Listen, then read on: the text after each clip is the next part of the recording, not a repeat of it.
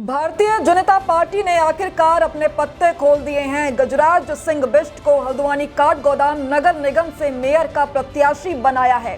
Bharatiya Janata party ने गजराज को दिन में ही इसके संकेत दे दिए थे। इसी वजह से गजराज ने दिन में ही 3 नामांकन पत्र खरीदे। उधर भाजपा के एक धड़े को इससे बड़ा झटका लगा है। हल्द्वानी नगर निगम की सीट जब से ओबीसी हुई थी तब से ही गजराज बिष्ट ने भाजपा से टिकट की दावेदारी की। उधर भाजपा के एक धड़े ने व्यापारी नेता नवीन वर्मा को भाजपा ज्वाइन करा दी।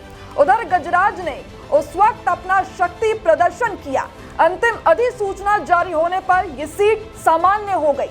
ऐसे में लगा कि सीट निवर्तमान मेयर जोगेंद्र रौतेला के लिए सामान्य की गई। इसकी संभावना भी इसीलिए जताई जाने लगी कि जब जनसंवाद कार्यक्रम होता तो निवर्तमान मेयर को भी बैठाया जाता। सीट सामान्य होने पर यह माना जा रहा था कि गजराज को टिकट नहीं मिलेगा। उधर जोगेंद्र रौतेला, रेणु अधिकारी, कौस्तुभानंद और प्रमोद तौलिया के नाम पर ही चर्चा हो रही थी। भाजपा सूत्रों के अनुसार यहां बात नहीं बनी। इसी वजह से टिकट देने में इतनी देर लगाई गई। दिन में पार्टी की ओर से गजराज को टिकट देने की बात साफ हो गई। उनसे पार्टी ने तैयारी शुरू करने के लिए कह दिया था। इसके बाद गजराज ने दिन में 3 नामांकन पत्र खरीदे। उधर जोगेंद्र रौतेला को पार्टी ने इसके संकेत दे दिए थे। इसी वजह से उन्होंने नामांकन फॉर्म तक नहीं खरीदा। गजराज बिष्ट ने टिकट मिलते ही देर शाम टिकट के प्रबल दावेदार रहे जोगेंद्र रौतेला, रेणु अधिकारी, प्रमोद तौलिया और कौस्तुभानंद के घर जाकर उन्हें न केवल मनाया बल्कि पार्टी का वास्ता देकर उनसे चुनाव में जीत का आशीर्वाद लिया। मेयर के टिकट को लेकर गजराज इस बार आर पार के मूड में थे। हल्द्वानी काठगोदाम की सीट ओबीसी से सामान्य होने पर गजराज ने इसे अपनी हार के रूप में देखा, लेकिन वो पीछे नहीं हटे। इस बार उन्हें एक सांसद का साथ मिला।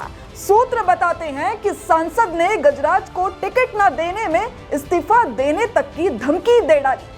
हल्द्वानी में गजराज को एंटी लॉबी का माना जाता है।